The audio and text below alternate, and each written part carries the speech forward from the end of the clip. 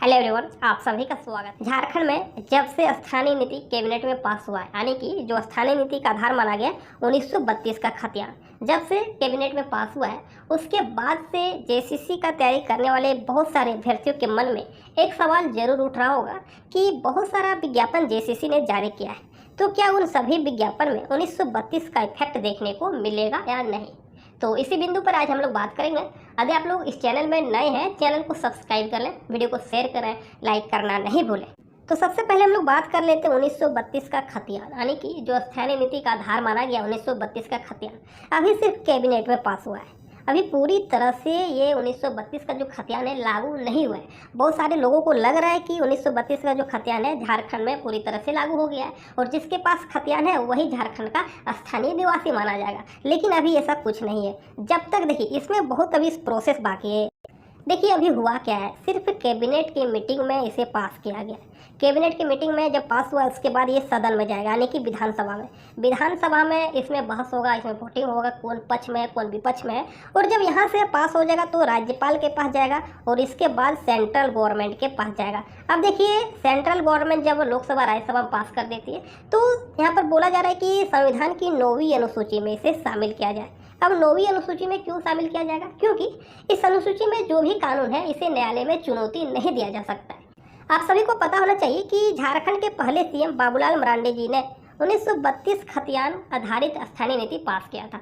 उसके बाद कोर्ट में केस हुआ और हाई कोर्ट ने इसे निरस्त कर दिया। उसके कुछ समय बाद बाबूलाल मरांडी का जो सरकार है वो भी गिर गई थी। तो ये जो बात है 2002 की है, 2002 से लेकर अभी 2022 चल रहा है। ऐसे में 20-22 सालों में झारखंड में स्थानीय नीति नहीं बन सका। झारखंडी कौन है इसे परिभाषित नहीं किया जा सका। अभी हाल फिलहाल में फिर से हेमंत सोरेन जी ने इस मुद्दे को एक तुल दी है, यानी कि कैबिनेट में पास कर दिया है। अब देखिए यहाँ पर सबसे बड़ा गेम क्या है कि मुख्यमंत्री को भी पता है कि यदि 1932 का जो खतियान है स्थानीय नीति का आधार है, यदि डायरेक्ट लागू कर दिया जाए तो अंतुगतवा वही हाल होगा जो 2002 में हुआ था, यानी कि हाई कोर्ट में बहुत सारा केस हो जाएगा और हाई कोर्ट फिर इसे निरस्त कर देगी। तो वही हाल हुआ ढाक का 3 पार। तो कहीं ना कहीं इस बार चालाकी दिखाते हुए वर्तमान सरकार 1932 खतियान आधारित स्थानीय नीति का जो बोझ है उसे उठाकर बीजेपी के कंधों पर रख दिया है। अब बीजेपी को यहाँ पर प्रेशर दिया जाएगा, तो दबाव बनाया जाएगा कि आप केंद्र से पास कराइए, उसके बाद झारखंड में 1932 का खतियान लागू हो जाएगा। तो आप लोग देख सकते हैं कि सरकार यहाँ बच के निकल गई है, यानी कि सरकार अपने सिर से जो बोझ है उसे फेंक कर बीजेपी के पाले में कर दिया है। इतना होने में कहीं ना कहीं अभी समय लग सकता है। अभी विधानसभा का सत्र नहीं चल रहा है। सरकार चाहे तो विशेष सत्र आयोजित कर सकती है। पिछला बार आप लोग देख सकते हैं सरकार बहुमत सिद्ध करने के लिए विशेष सत्र बुलाई। तो यदि सरकार चाहे तो एक विशेष सत्र बुलाकर इस पर चर्चा किया जा सकता है और राज्यपाल के पास भेजा जा सकता है। फिर भी सरकार पर डिपेंड करता है कि विशेष सत्र बुलाएं या नहीं बुलाएं। तो इतना कंफर्म है कि 1932 लागू होने में यदि सब कुछ नॉर्मल रहा, सब कुछ एकदम पॉजिटिव रहा, तो 1 से 2 साल जरूर लगेगा और ज़्यादा से ज़्यादा कहा नहीं जा सकता कि कितना लगेगा।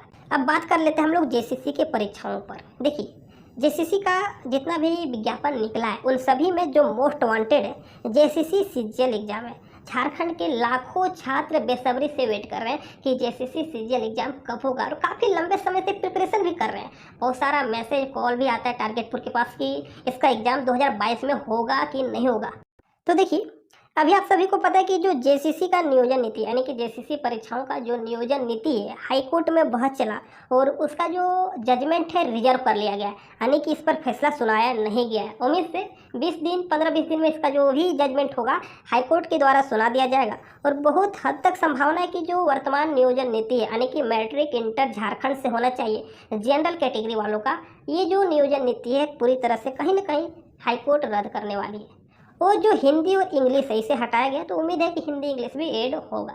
यदि ये जो नियोजन नीति है हाईकोर्ट के द्वारा रद्द कर दिया जाता है तो सरकार के पास 2 ऑप्शन है, या तो एक फ्रेश नियोजन नीति बनाए नया से, या तो इसी नियोजन नीति में कुछ मॉडिफाई करें, कुछ सुधार करें।